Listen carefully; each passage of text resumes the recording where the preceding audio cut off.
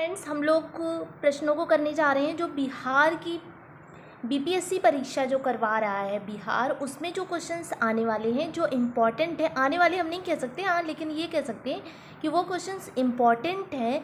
और बिहार के 10 सालों का पेपर आप उठा के देख लीजिए तो उन क्वेश्चनों को पूछा गया है। तो ऐसे प्रश्नों को हम करेंगे।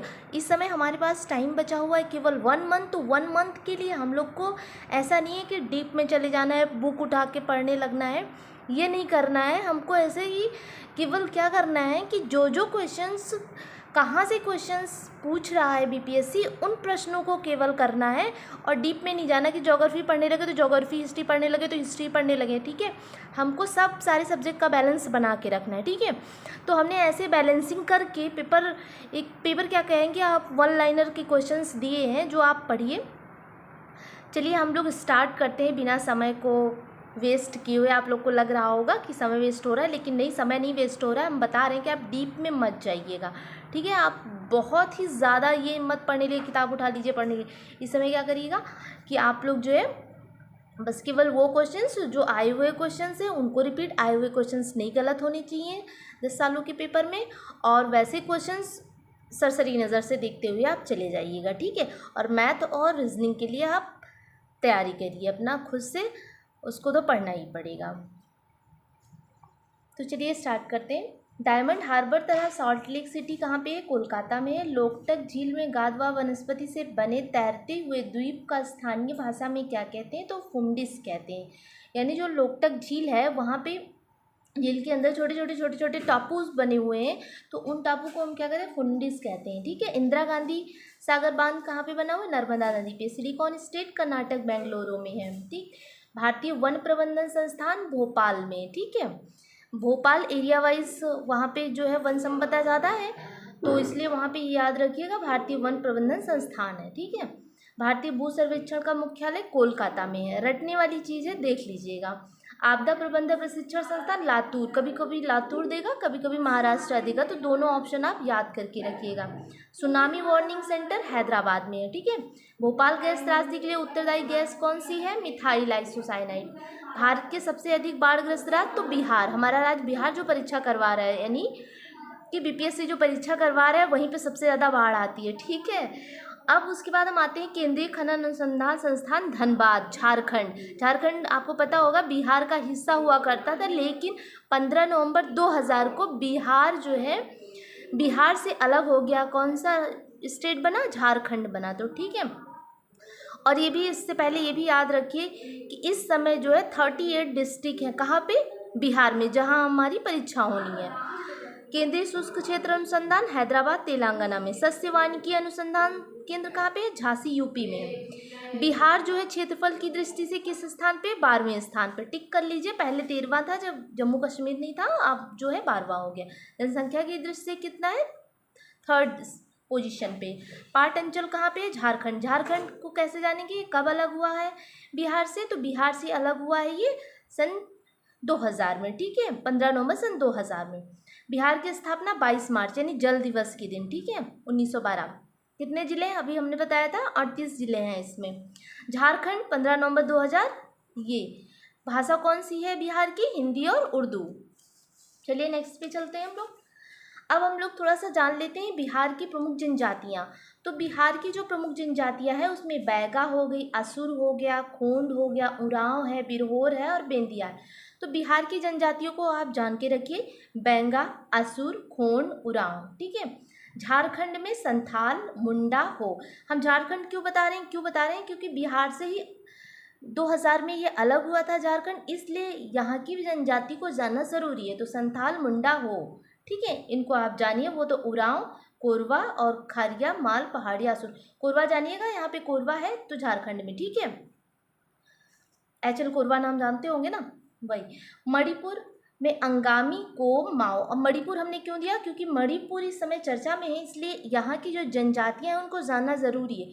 तो अंगामी, कोम, माओ, मारिंग, तारो। ठीक, अब ऋतु प्रवास करने वाली जनजाति कौन सी है? भूटिया जनजाति। भूटिया जो जनजाति है वो ऋतु प्रवास करती है, यानी कि अपने कभी ठंडियों में किसी स्थान पे और गर्मियों में किसी स्थान पे, ये स्थान परिवर्तन करती है, ऋतु प्रवास करती है, तो ये याद रखिएगा, भूटिया जनजाति होती है।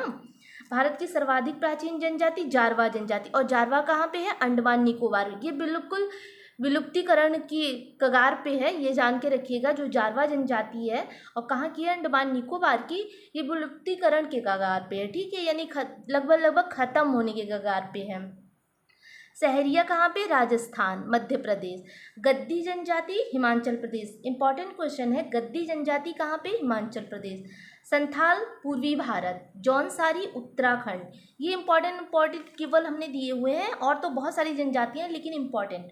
बहुपति विवाह कौन करती है? टोंडा जनजाति, ठीक है, और जौनसारी भी करती है। झूम खेती कौन सी जनजाति करती है? खासी जनजाति। अब खासी जनजाति कहाँ पाई जाएगी? असम मेघालय के क्षेत्रों में, ठीक है। संयुक्त परिवार प्रथा किसमें है? थारू जनजाति में, ठीक है।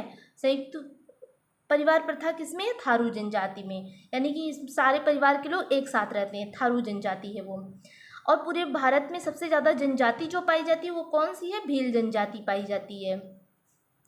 अब हम थोड़ा सा जनगणना देख लेते हैं।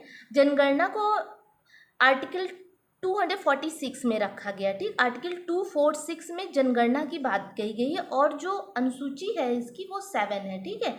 किस अनुसूची में? 7 अनुसूची में। और इसका वो आर्टिकल क्या है? 246। और ये किसका विषय है? ये संघ सूची का विषय है, ठीक है। किस विषय? 3 सूचियाँ होती हैं, ठीक है। इसमें संघ सूची का ये विषय है क्या? जनगणना, ठीक है। संघ सूची, राज्य सूची और समवर्ती 3 सूचियाँ होती हैं, जिसमें से संघ सूची में कौन शामिल है? जनगणना शामिल है, ठीक। और इसका आर्टिकल भी याद कर लिया 246, और अनुसूची कौन सी है? 7, ठीक है। विश्व की कुल जनसंख्या में भारत का प्रतिशत, यानी टोटल जो हमारे विश्व की जनसंख्या है उसमें भारत का प्रतिशत कितना है? तो 17.5 है, ठीक है। और भारत में अब आपको ये देखना है कि पूरे भारत में बिहार का क्या है, यानी बिहार कितने % का योगदान दे रहा है किसमें? जनसंख्या में, ठीक है, भारत में। ये आप लोग करिएगा, बताइएगा, क्योंकि क्वेश्चन पूछ सकता है। अब हम जानते हैं 1900, देखिए जब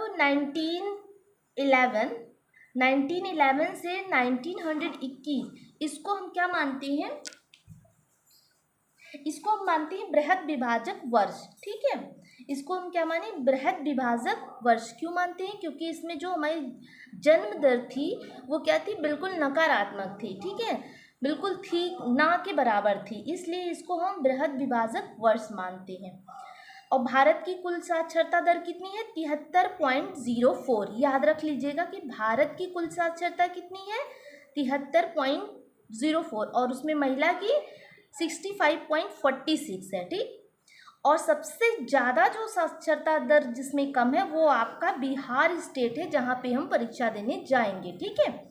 जहाँ पे हम परीक्षा देने जा रहे हैं वो कौन सा स्टेट है? बिहार। और वहाँ सबसे कम, पूरे भारत में हर एक स्टेट में सबसे कम अगर जनसंख्या है तो वो किस में है? वो बिहार में है, ठीक है।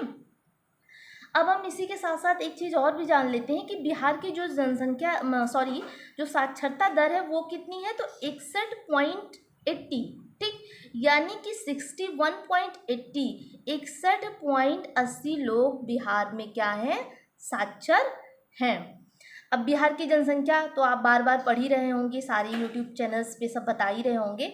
तो 10, 40, 99 ये याद रखिएगा, टोटल है बिहार की जनसंख्या 2011 की जनगणना के अनुसार, ठीक है।